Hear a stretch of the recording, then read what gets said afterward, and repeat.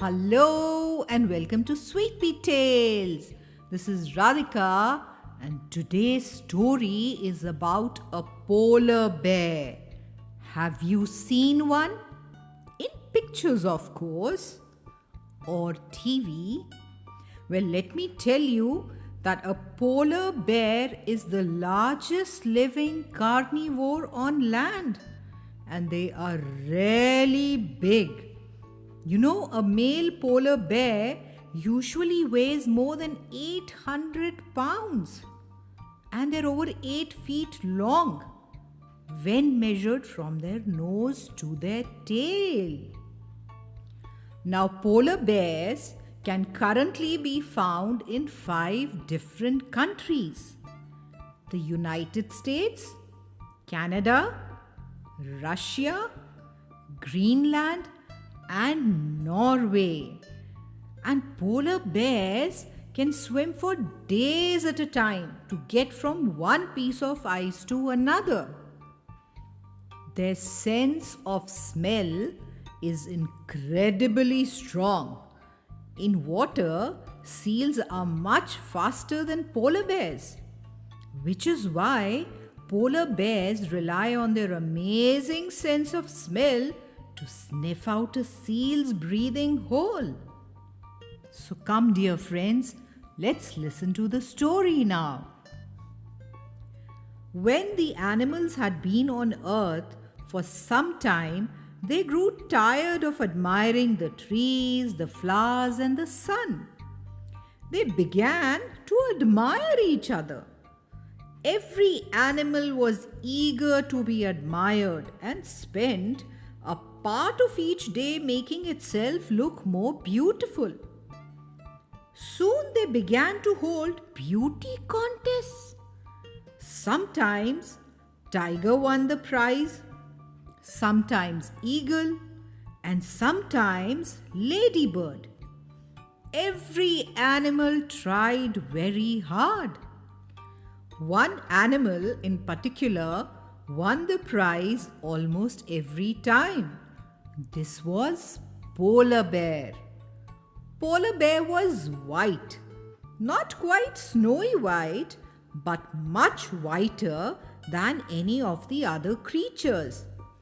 Everyone admired her. In secret, too, everyone was envious of her. But however much they wished that she was not quite so beautiful, they could not help giving her the prize. "Polar bear," they said, "with your white fur, you are almost too beautiful." All this went to Polar Bear's head. In fact, she became vain. She was always washing and polishing her fur, trying to make it still whiter. After a while, she was winning the prize every time. The only times any other creature got a chance to win was when it rained. On those days, Polar Bear would say, "I shall not go out in the wet. The other creatures will be muddy and my white fur may get splashed." Then perhaps frog or duck would win for a change. She had a crowd of young admirers who were always hanging around her cave. They were mainly seals, all very giddy. Whenever she came out, they made a loud shrieking roar. "Oh, how beautiful she is!" Before long, her white fur was more important to Polar Bear than anything. Whenever a single speck of dust landed on the tip of one hair of it, she was furious. "How can I be expected to keep beautiful in this country?" she cried then. "None of you have ever seen me at my best because of the dirt here. I am really much whiter than any of you have ever seen me. I think I shall have to go into another country. A country where there is none of this dust. Which country would be best? She used to talk in this way because then the seals would cry, "Oh, please don't leave us. Please don't take your beauty away from us. We will do anything for you." And she loved to hear this. Soon animals were coming from all over the world to look at her. They stared and stared as Polar Bear stretched out on her rock in the sun. Then they went off home and tried to make themselves look like her. But it was no use. They were all the wrong color. They were black or brown or yellow or ginger or fawn or speckled. But not one of them was white. Soon most of them gave up trying to look beautiful, but they still came every day to gaze enviously at Polar Bear. Some brought picnics.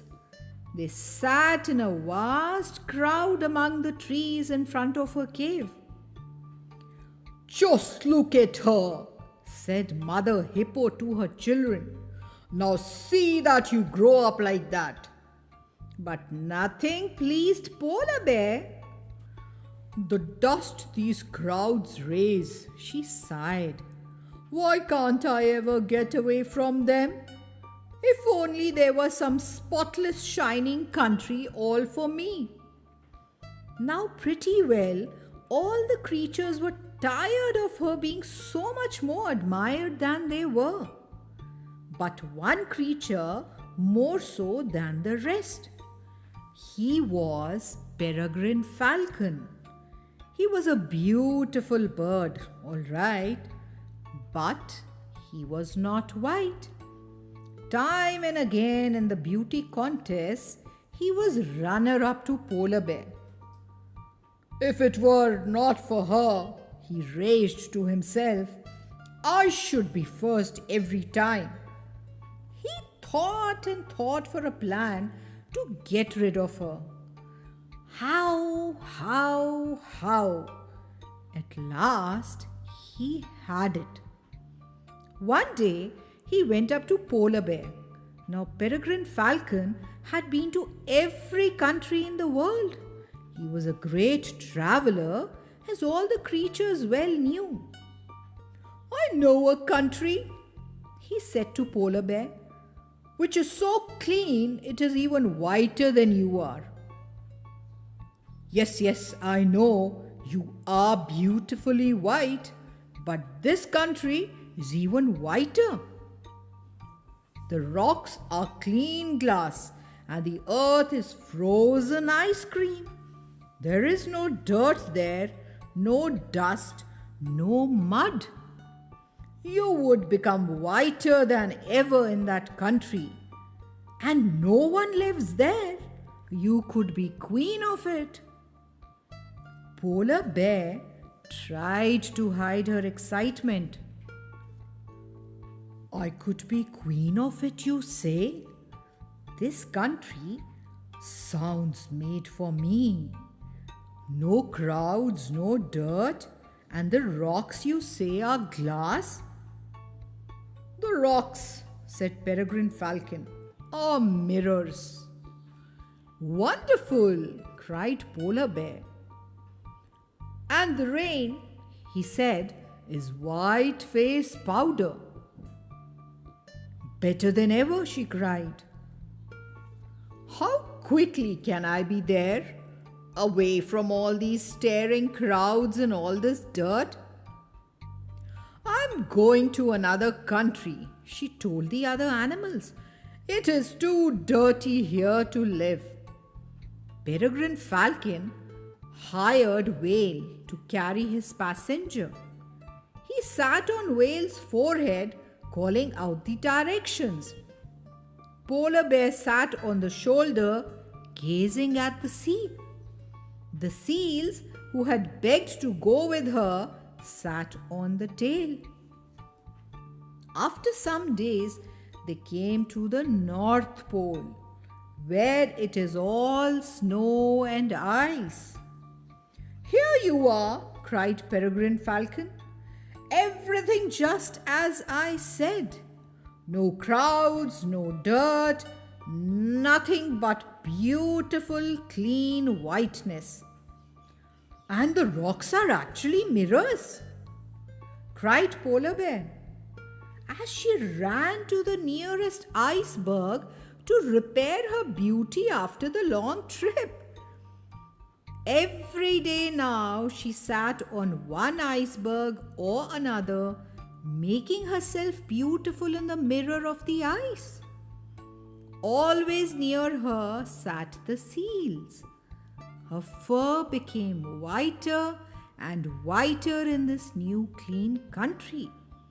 And as it became whiter, the seals praised her beauty more and more.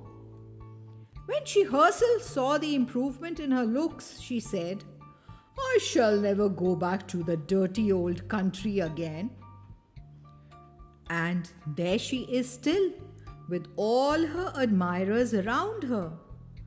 Peregrine Falcon flew back to the other creatures and told them that Polar Bear had gone forever. They were all glad and set about making themselves beautiful at once.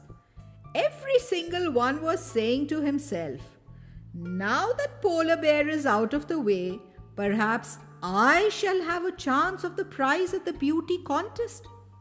And Peregrine Falcon was saying to himself, "Surely now I am the most beautiful of all creatures." But the first contest was won by Little Brown Mouse for her pink feet. Well, sweet peas, that was indeed a fun story. Now, before I leave, I'd like to say something else about the polar bears. And that is, a group of polar bears has a special name. Can you guess? Well, when polar bears are spotted in groups, they are called a pack. Also, I'd like to inform you that the polar bear population unfortunately is on the decline. They rely on sea ice to hunt, travel, and live. And many studies are telling us that unless there is action taken on climate change, there'll be a sharp drop in their number. Now that means that each one of us have to do our bit to try and save our beautiful environment so that these beautiful polar bears can be around forever. And well, that reminds me, did you hear the story about the environment? If not, it's story number 64, Sharon Finds the Environment. That's all for now. Take care till we meet next. Bye-bye.